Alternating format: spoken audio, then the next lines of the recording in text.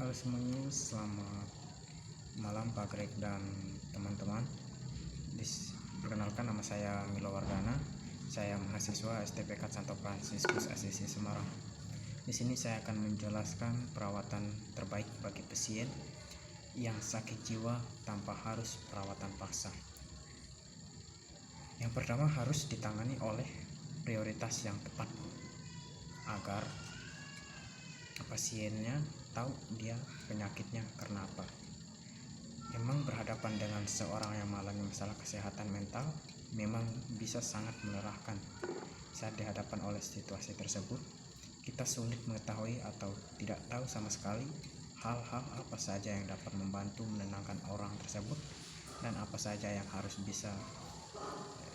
saja yang justru bisa memperburuk di suatu situasi.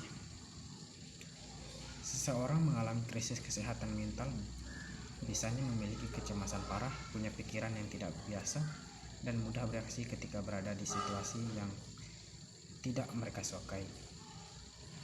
Meskipun begitu, ada beberapa tragedi yang harus kita ketahui ketika berhadapan dengan orang yang mengidap gangguan jiwa. Berikut saya akan menjelaskan cara tepat menangani orang yang gangguan kejiwaan. Pertama, kita harus memperkenalkan diri dengan tenangnya jelas. Kemudian jelaskan mengapa kita berada di situasi tersebut. Tetap bersikap sopan dan tidak mengancam, tetapi dengan jujur dan terus terang. Kemudian mendengarkan apa yang ingin dia katakan dengan cara yang tidak menghakimi. Kemudian hindari konfrontasi.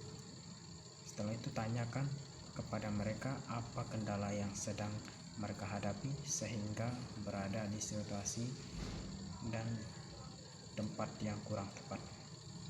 Kemudian jangan mencoba kontak fisik kecuali jika pengidapan menyerang atau membahayakan orang sekitar atau sedang upaya bunuh diri. Kemudian dorong mereka untuk berbicara dengan profesional perawatan kesehatan mental. Maka dari itu, tidak ada istilah namanya untuk melakukan perawatan secara paksa, cukup kita sendiri. Jika kita masih bisa untuk menolong, maka tolong. Di sini saya akan juga menjelaskan tanda seseorang yang mengalami gangguan kejiwaan. Jadi seseorang yang mengalami masalah kejiwaan memang bisa berbeda-beda tergantung kondisi apa yang mereka alami. Meski begitu, ada beberapa ciri umum yang bisa kita kendali. Berikut adalah ciri-ciri yang perlu kita ketahui. Yang pertama, orang tidak fokus atau kurangnya kemampuan untuk berkonsentrasi, punya ketakutan dan kekhawatiran yang berlebihan atau perasaan bermasalah yang ekstrim, perubahan suasana hati yang ekstrim, penginapan bisa tiba-tiba sedih dan tidak lama kemudian senang kembali. Kemudian menarik diri dari teman dan aktivitas, kelelahan yang parah, energi rendah, atau masalah tidur, mengalami delusi, paranoia atau halusinasi, tidak mampu mengatasi masalah sehari-hari, kesulitan memahami dan berhubungan dengan situasi dan orang, masalah dengan alkohol atau penggunaan narkoba.